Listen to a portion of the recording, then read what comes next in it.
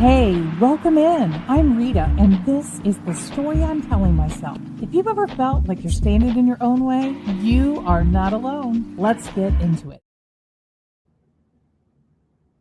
Hello, friends. It is Tuesday again, which means you're here for the Story I'm Telling Myself podcast live event recording. This episode drops on Thursday, and so we look forward to meeting you over on the podcast channels as well. But if you have joined us live today, thank you. We do this show for you for the live because we love having you in the comments. We love your questions. We love your insights. And I know you are going to love today's guest, Maggie Harlow. Maggie, welcome. So happy to have you here. Thank you, Rita. I'm so happy to be here. I love the whole vibe of what you're building, and I'm a big fan. So thrilled to be here. Thank you. It means a lot to hear that. Look, if you are with us live, you need to come in the comments, say hello to everyone else that's here live, and please welcome our guest, Maggie Harlow. Maggie, while they are doing that, why don't you tell them who you are? I'd be delighted to tell you about me. So, doesn't everyone love to talk about themselves? So yes, I'm Maggie Harlow. I have grown up in Louisville, Kentucky. My husband and I opened our business, which is a Sinorama franchise, in 2003. So we've gone into business together, which has been interesting. And over the last couple of years, I decided that I wanted to build a new business for myself, which is public speaking, professional speaking business. We have two kids. They're both grown and out of the house. Our son Clay lives in LA, and he is a music producer. So he makes hip hop and R&B music for artists.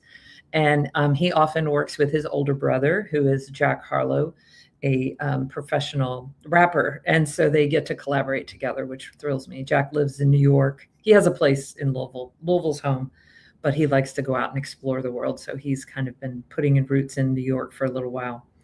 And I'm really excited about this speaking business because it gives me an opportunity to really do what I'm passionate about, which is helping people give themselves permission, helping people unlock the door to the places they want to go in life. And so all of my speaking is really about this content of giving yourself the permission that you're waiting for. I love that. I love that. And I am a long fan. I first met Maggie at an event with my dear friend Nikki Lanier, who was one of my favorite episodes from last year. She was hosting an event at her home in Louisville, and she and Maggie were collaborating on this. And I knew Maggie and I were connected on LinkedIn. I did not make the connection to your son, Jack, because my kids listen to his music, but that's not really my thing. And, but I was like, the whole time I'm sitting there going, well, how do I know this woman? How do I, and I remember coming up to you at the end and I said, what business do you own? Like, I know we're connected on LinkedIn, and you said Sinorama. And I was like, oh yeah, my friend Tanya used to work for you, and she would sing your praises before she moved away to Florida. And that was our first connection. And then I got home and my kids were like, that's Jack Harlow's mom. And I was like, Jack Harlow. I think I've heard you talk about it. Was just hilarious. They just thought I was hilarious because I didn't know this. But I know since I finally made that connection, thank you to my teenage daughters. Then I understood why people would constantly be asking you all these questions about raising your kids to their greatness. So it's totally makes sense that you would turn this into a speaking business, because you were basically being asked to speak on it on the fly all the time anyway. I remember my dear friend. Hold on 1 second. I have had a technical problem. Give me 1 second. Yeah, you're good. Oh, I'm just going to say hello to everyone. So Lisa and yes, I hear you. Okay, hold on. I'm having a technical problem with sound. Give me 1 second. I don't know what happened. So Chasen, happy to have you. Jackie, thanks for welcoming Nikki, for being with us. Meryl's with us. Gary from the UK is with us. Always happy to have you with us, Gary. Thank you guys for showing up every week and supporting the show. Are you good, Maggie? No, it's still working. I see her still working. I think she lost her sound. So I will tell you, listeners. So I've a good friend of mine. We do this huge music festival in Louisville every fall. It's called Bourbon and Beyond, and of course, we are the bourbon capital of the world. And in fact, to be called bourbon, it should be made in Kentucky. And so a lot of people, including my husband, work in the bourbon industry. But a good friend of mine, her husband was an executive with Jim Beam, and they have a big sponsor tent. Oh, Maggie's back. They have a big sponsor tent Sorry. at Bourbon and Beyond every year. And my friend was in the tent with one of her good friends, and Maggie and her children came into the Jim Beam tent, and she said it was just like you were covered with people that were just like asking you 1,000 questions. So small C celebrity Maggie Harlow. Yes, exactly. It's fun. It's fun to like, I describe it like dropping into another universe sometimes when I'm with him, because I work at Sinorama, I do my thing and live my life and vacuum, and you live your life, and then suddenly you get plucked into this alternate universe for a little while. It's kind of fun. Meryl says that that you have promoted rap, freestyle, and Latin hip hop on radio stations nationally. Is that you? No, it looks like he previously Oh, he did. promoted. Oh my God, I was Yes. misreading that. I was like, were you doing Okay, that to well support your done. kids? There you No, go, well done. I Meryl. love, yes, know. Meryl. Let's put that hip hop out there. Yes, buddy. Small world. Well, I try not to do all this chit chat. Sorry, podcast listeners who are hitting that 15-second button speeding forward. We're here today to talk about giving yourself permission and getting past your head trash. So, Maggie, you're going to explain to us what head trash is, and you're going to tell us about how you discovered your own. So, I'm going to turn the mic over to you. Get us started with the story that you were telling yourself that you finally realized might be head trash. Well, to be totally honest with you, Rita, my brain generates a lot of head trash. Like, I have realized that probably the majority of the thoughts I have in a daily basis are head trash. And I also describe it as mental slop, like similar to AI, where it's like AI can just, it can add hands onto human bodies and it can just make anything. Your brain is the same way. I believe our brains are just like AI in that way. And we imagine things. And even from, I'll say, micro experiences, standing in a grocery line, and you tell yourself the person in front of you is going really slowly. Like they're just really slowly moving their groceries. And in my head, when I'm in that kind of moment, my head will generate head trash. Like, this person what's wrong with them? Like, don't they know they're in a grocery? Don't they know we're all in a hurry? Don't they know there's people in line behind them? They're so thoughtless. What is wrong with this person? And all you right, hey, feel in the comments if you have this head trash. I am laughing my butt off here because yes, and yes. Then what is wrong with you? And I've wrong had with you? one of my kids, like when I'm in the car with them, the amount of times they have the "what is wrong with you" conversation about another driver is just hilarious. Every day, all the time, every day, all day. You have these thoughts about other people you don't know or in the situation that you're in. And I learned a technique a few years ago, just before COVID. I heard an interview on Oprah's podcast with a woman named Byron Katie. And I don't know if you know Byron Katie. You probably do, Rita, with the work background you have.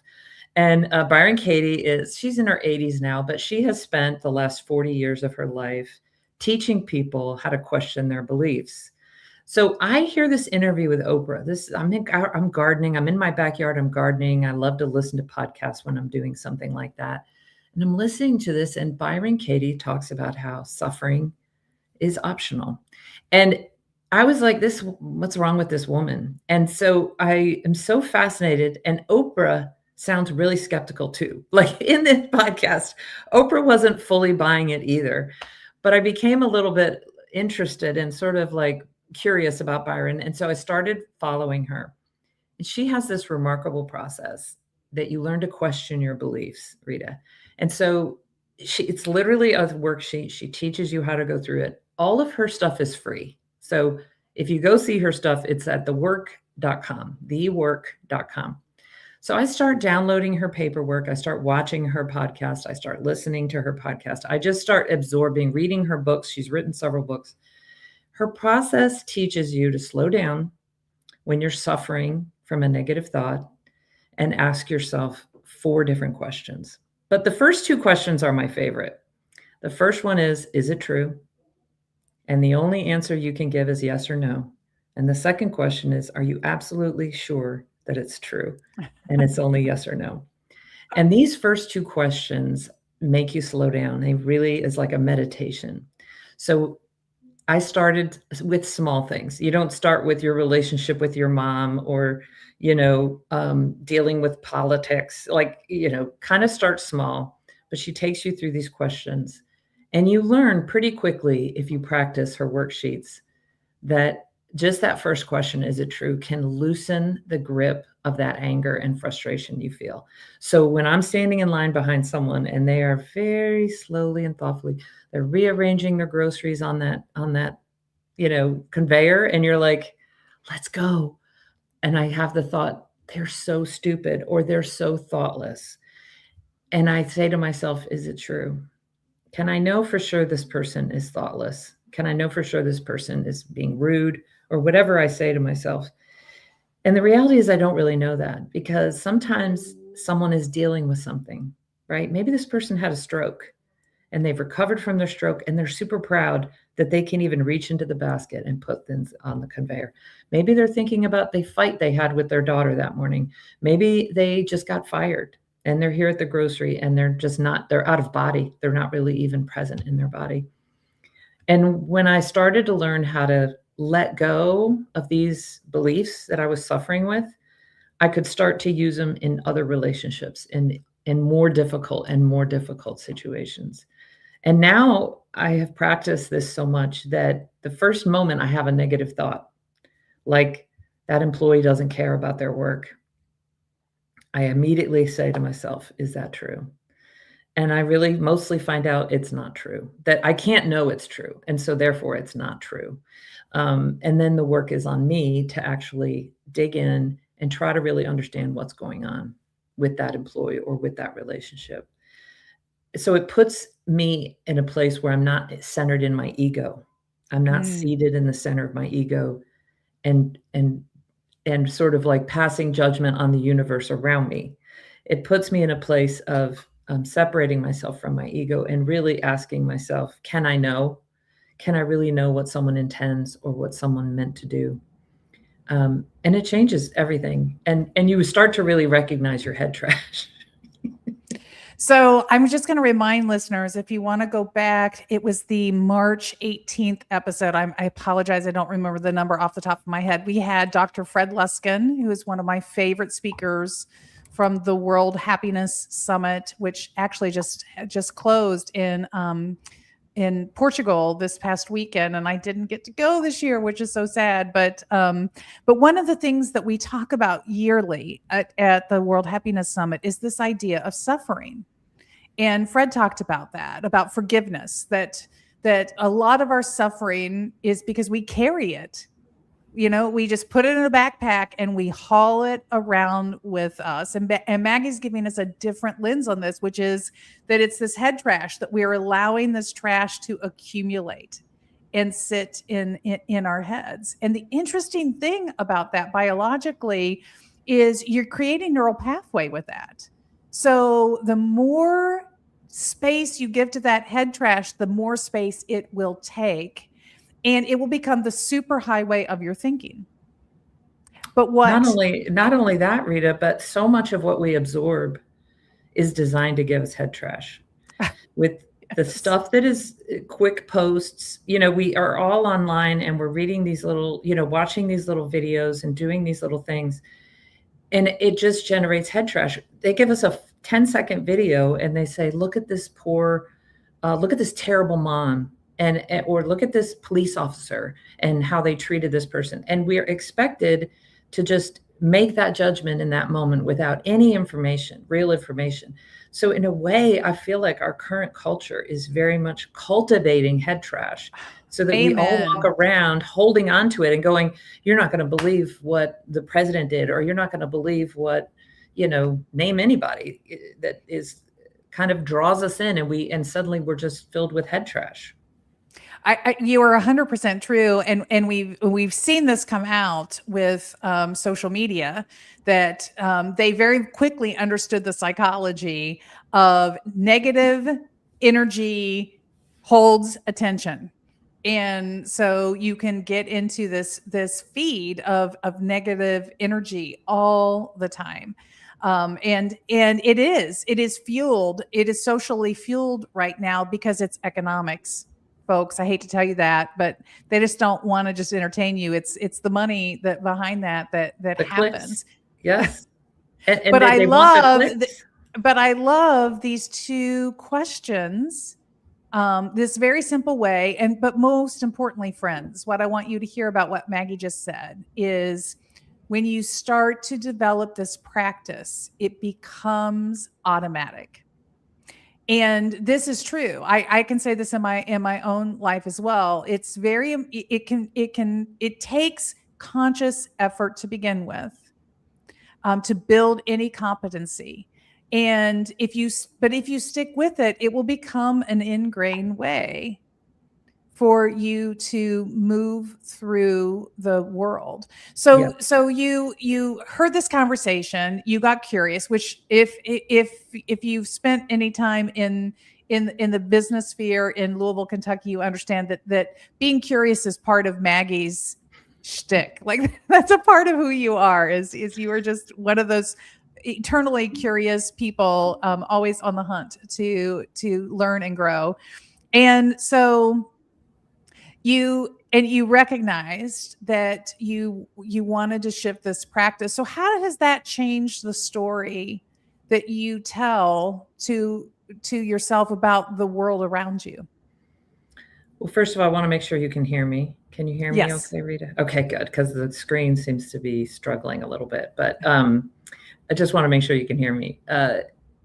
For me, this has opened up a depth of understanding that the world is way more complex than we really give it credit. And there are many times when someone is talking to me about something profoundly tragic, you know, and they might say something conclusive about that tragedy. Like, let's say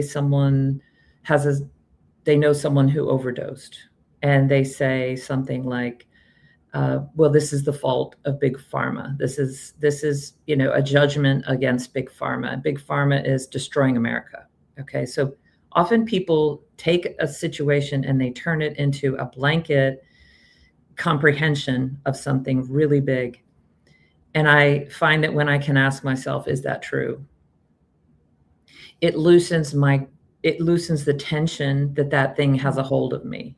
It doesn't mean that pharma is free of guilt or that America is struggling right now with a lot of difficult problems, but it helps me realize it's not so easy to just make a declaration and make it very black and white. And that's what I think we want to do.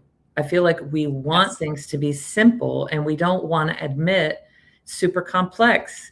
There's a lot of reasons it's like this: human nature, or people make mistakes, or yes, our government has let some of this happen. We don't want to admit the complexity of problems. We like to sort of have a black and white feeling about it and feel like we have the answers. And being in the unknown, being in that gray area is harder, but it's actually better for us, I believe, emotionally. I think it's better for us than to be in a place of judgment and living in a sense of black and white. This side of the aisle is good, that side of the aisle is bad, or this group of people are evil and this group of people are supported by God. We can't know. Life is just incredibly complex, but we don't always like being in that complexity. I love this. And the word that I've attached to this, that I learned through the book Positive Intelligence, is the word discernment. What you're talking about, Maggie, is it's not that you don't have the right to have judgment. What we're talking about is the rush to judgment. And you are right about two things. One is our brains are lazy. So they do like simplicity, but we also thrive on certainty. We have to build in ourselves the resilience to navigate uncertainty without it making our heads want to explode. And so when people are in that place of wanting certainty quickly, we latch onto things. We form beliefs and conclusions off of a very limited data set. There's all kinds of work that Chris Argyris did about this, that was written about in the Fifth Discipline, way back in the last century. But he's one of my favorite authors in my field, and it is for this work, because what you're naming is very, very true. So it is not that we don't feel negative things or that we don't have negative judgments about things, but what you're naming, what I would call, is discernment. We are stepping back from the immediacy, and we are examining the complexity and allowing the wisdom to emerge, instead of just following that instinct to want to rush to a belief or conclusion. I love that, discernment. What a powerful word. It is a powerful word. Yes, it is. And and imagine how different our world would be operating right now if there was just a little bit more of that pause and discerning, and versus the quick, versus the quick questions. labeling. And yes. Exactly.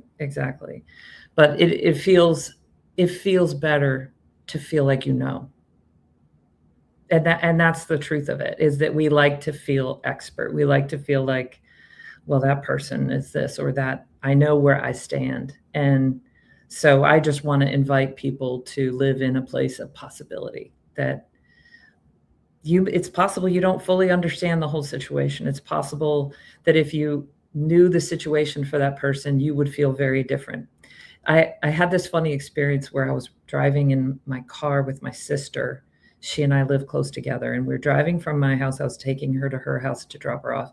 And it was March. It was March time of year. And as we drive down the road, she looks over and sees a house that's covered in Christmas decorations. And she suddenly erupts in anger and is like, I cannot believe they still have their Christmas decorations up. And she went from just like, we're driving along, to like full on rage. And I was so amazed by her reaction in that moment. I said to her, Patty, that woman's husband has brain cancer, and he's being treated right now. And my sister goes, oh my gosh, is he going to be okay? And I said, I just made that up. The kind of thing you can only do to a sibling or a really good friend. You can only torture your sibling like that. And she was, of course we laughed. But it was like this moment where I'd put it to the test. Like, yeah, we judge. We want to know we're right. We are in our ego. But the reality is that if we knew the whole situation, we might feel differently. Well, one of the things, even though you're right about the ego, one of the other places that head trash really trips us up is in our self stories. Oh, can you talk a little bit about navigating the head trash that is all about tearing ourselves down? It's one of my favorite hobbies, is to find fault with what I'm doing, what I look like, how often I get to the gym, or any number of things. And I learned this technique I have a very wise aunt, and she taught me a technique that she says, treat yourself like you're a toddler. How would you speak to a toddler? That's how you should speak to yourself. And so if I, fail at something, if I, embarrass myself in a meeting, or if I wake up and I notice yet another wrinkle on my face, is to say, you're doing okay. It's okay. You made a mistake. Or yeah, you're aging. Yes, I would expect a wrinkle to be there. That should be there. So it's like this loving way to look at ourselves, that sometimes I feel like we often are in a place of shaming ourselves, judging ourselves. And I just love this idea of the little toddler in me, and taking a moment to kind of like be gentle and coaching and lifting. We all need that. We're all still toddlers inside. We're all still children inside at some level. And learning how to use that kind of voice with yourself will actually help you do that with other people as well. When you can give yourself that kind of love and patience, you will find that same abundance for other people in your life. That is some true wisdom right there. That what you put into the universe is what comes back to you. I 100% believe that. I wrote a whole book on that premise. Of course, I believe that. Meryl, thank you so much for dropping the Fred Luskin link in the comments for people. And Jay and Leanne, I see you. I'm glad you guys are both with us today. So I have to imagine that as the success of your children has put them into the public eye, one of the things that comes with that kind of success is a spotlight that that seems to never dim, and it always seems to be looking for what is wrong. Mm-hmm. Always That looking is for true. what is wrong, and because not that you are enmeshed in what your children are doing, but because of Jack Harlow's foundation and other things, you and your family share some of that limelight with the Yes. success of your boys. And so I'm interested, and I think our listeners would be interested to hear about how you navigate the head trash that comes externally, that people are bringing to you. Yeah. Well, I'm very lucky in that my son has been a great teacher in this way. He has been very deliberate in helping teach us to avoid that kind of life, like getting too enmeshed in his life. He lets us be his parents for the most part, which is a real gift to not, we weren't in a situation, thankfully, where when he became famous, we were like, well, this is our ticket. Like, I can be his manager, his momager, and you can do that. Like, we had our own life and our own business. And so Jack was a great teacher in that he was really clear, I want you to remain my parents and not get too enmeshed, as you said. Exactly. The other thing he taught me is when he was a young teenager, he started to post, before he was famous, he started to post YouTube videos.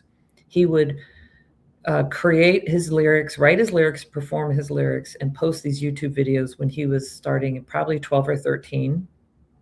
And we monitored everything very closely, and it was tough because people will say anything to a kid. People will say terrible things to a child who is doing things like rapping. This white kid with braces from Kentucky is posting videos. Who does he think he is? And so people were saying all the ugly words that you could imagine, all kinds of terrible things in the comment section. And I noticed that Jack either wouldn't comment back, or he would sometimes comment, even when he was very young, he would comment and say things like, someone might say, your lyrics are trash. And he would say, well, I appreciate your feedback. I'm going to keep getting better. And sometimes these people, the comment section would flow around into a circle because people would be like, when he responded in this generous way and said, well, thank you for your comments, I am working on it, they would then say, well, you're doing good. You're doing okay. Sorry to be harsh. And so often these people who were saying these harsh things just wanted a little attention. I guess they just wanted a little interaction, maybe. He didn't respond to all of them, certainly, but he did pick some and respond in that way. And I thought, that's incredible. And I remember asking him, because I remember being 14, 15, it would have horrified me to have people commenting like this about me. I mean, that was a very vulnerable time for me. And I remember asking him, I'm like, how do you handle all this negativity? I don't understand how you just post another video. People say terrible things and you post another video. And he kind of looked at me and he said, it hurts me. The comments hurt my feelings, but I just go ahead and let myself get excited about my next project. I just focus on the next thing I'm creating. And I thought that is such great life advice. Like, you're going to have criticism. You're going to do things wrong. People aren't going to like you. People are going to think you're trash. People are going to, they're not your people. just keep focusing on what you're doing instead of worrying about what you created and how people interpreted it. Just keep moving forward. So he really has been an incredible teacher for us in that regard. Is there's going to be conversation. There's going to be people who don't like you. It's not my business what people think of me. It's not my business what people think of him. People are entitled to their opinion. And so if I can just stay in my own business, I'll be happier.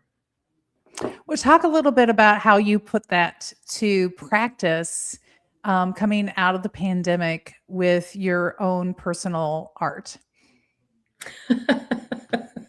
Are you talking about my own personal art? Tell me what you're talking about when you say at Revelry, you had a show. You started what you told me is you started making art. Yes. Okay. And Mo was actually a guest on the show earlier this year. We had Mo on, and she shared the story of creating Revelry Gallery for artists just like you. She is an incredible leader and business owner. It is incredible.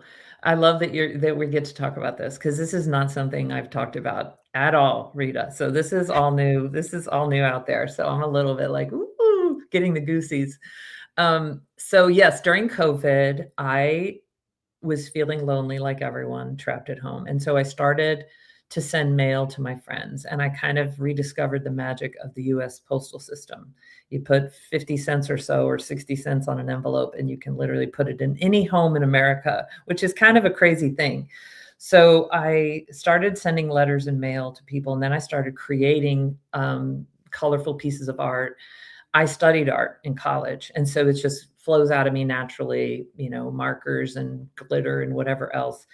And then I got kind of absurd. And of course, because of COVID, we all got a little absurd, right? Like we all thought we were going to be building a brewery, or we're all going to be making the greatest cocktail ever, or whatever. We all kind of fell into this absurdist life of being trapped at home.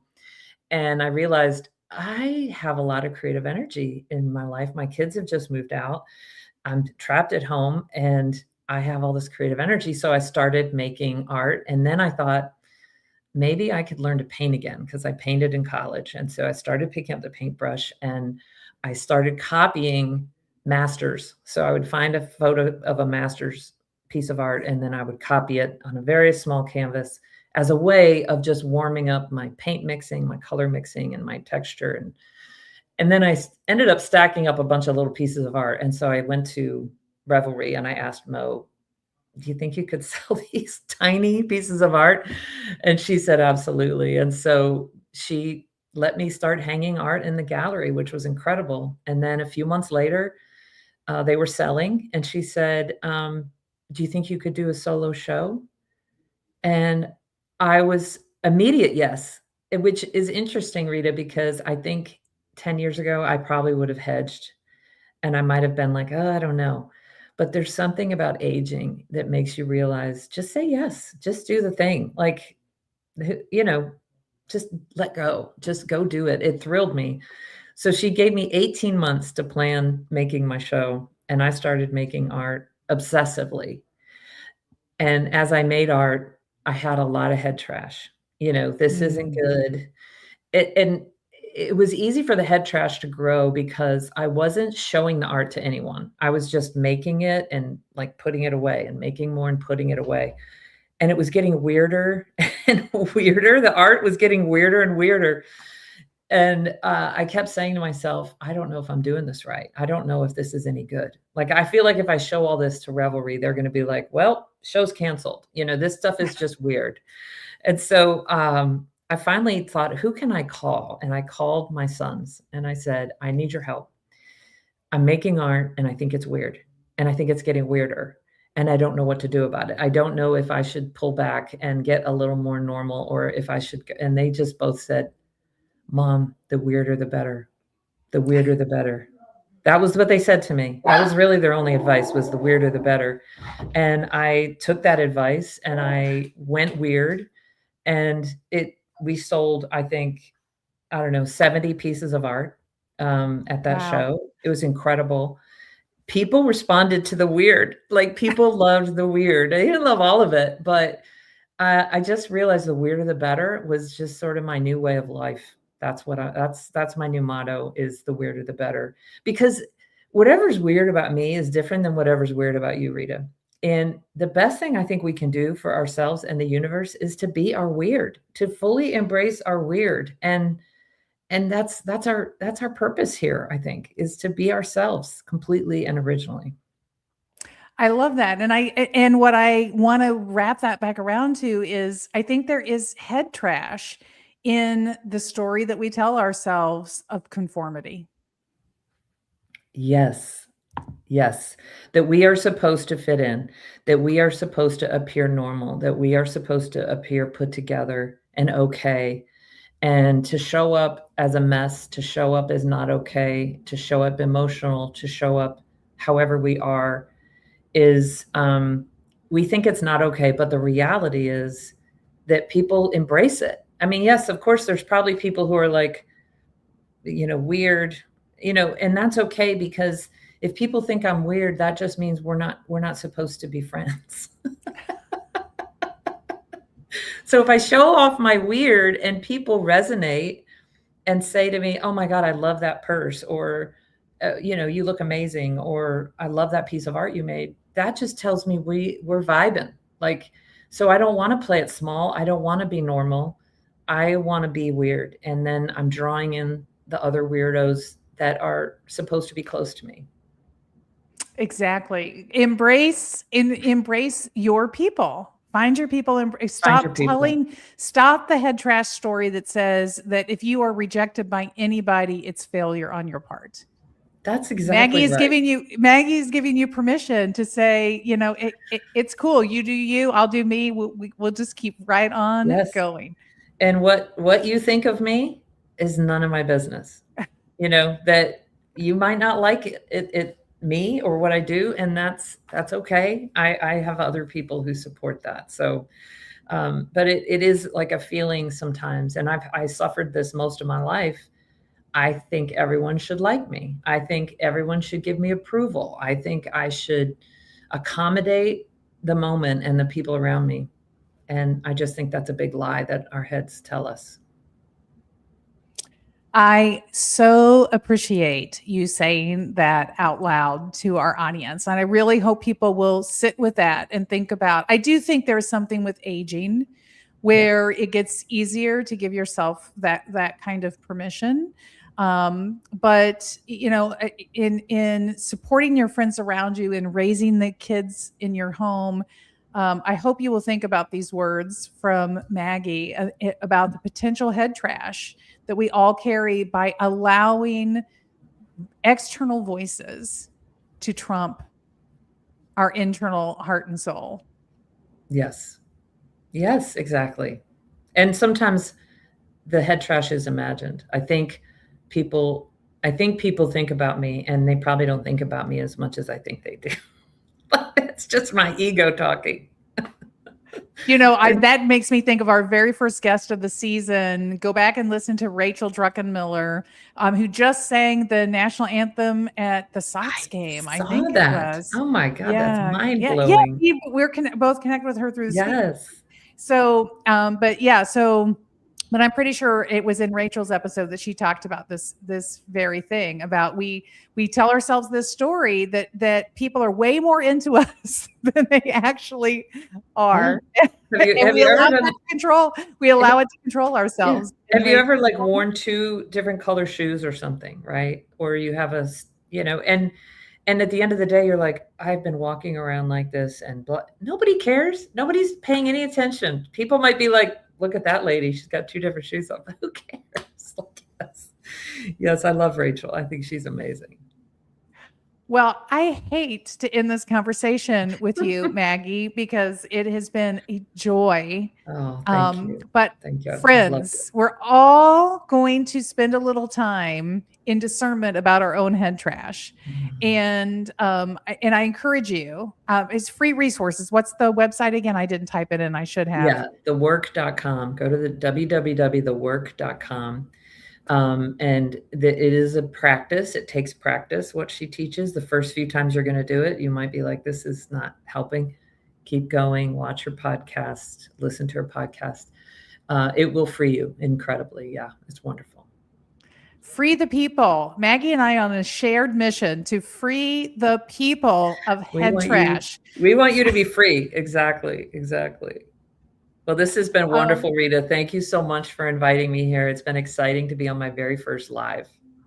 Oh, well, it's been a treasure having you. MaggieHarlow.com. Maggie is now doing public speaking. She has a book that will be coming out. Yes. It's not out yet, summer. right? Not out, but the digital launch is going to be probably within the next few weeks. I don't have the exact date. And then we'll do a book launch in the fall with printed books, but it's called Everyday Extraordinary. So it's a way of like setting your mindset so that no matter what's happening in the world around you, you can set the temperature inside for something extraordinary. I love that. Extraordinary is in my business name. See, there's just so much about Maggie and I that we were on this vibrancy together for sure. Same wavelength. And we'll have to update the show notes with the book link once you're ready to do the drop. Go follow Maggie, go connect with Maggie, go support Maggie, and support the story I'm telling myself. Look, friends, we could change the world if we could do this one thing about this head trash. And so join us on this mission. It is a mission worth sharing with others. Come back again next week. We'll be back again for another episode, another great guest. Maggie, you're a treasure. Thanks for being with us. Thank you, everyone. Rita. Have a wonderful week. Thanks for joining us. If you love this episode, leave us those 5 stars and be sure to share this with a friend. And if you didn't, don't worry about it. See you back here next week.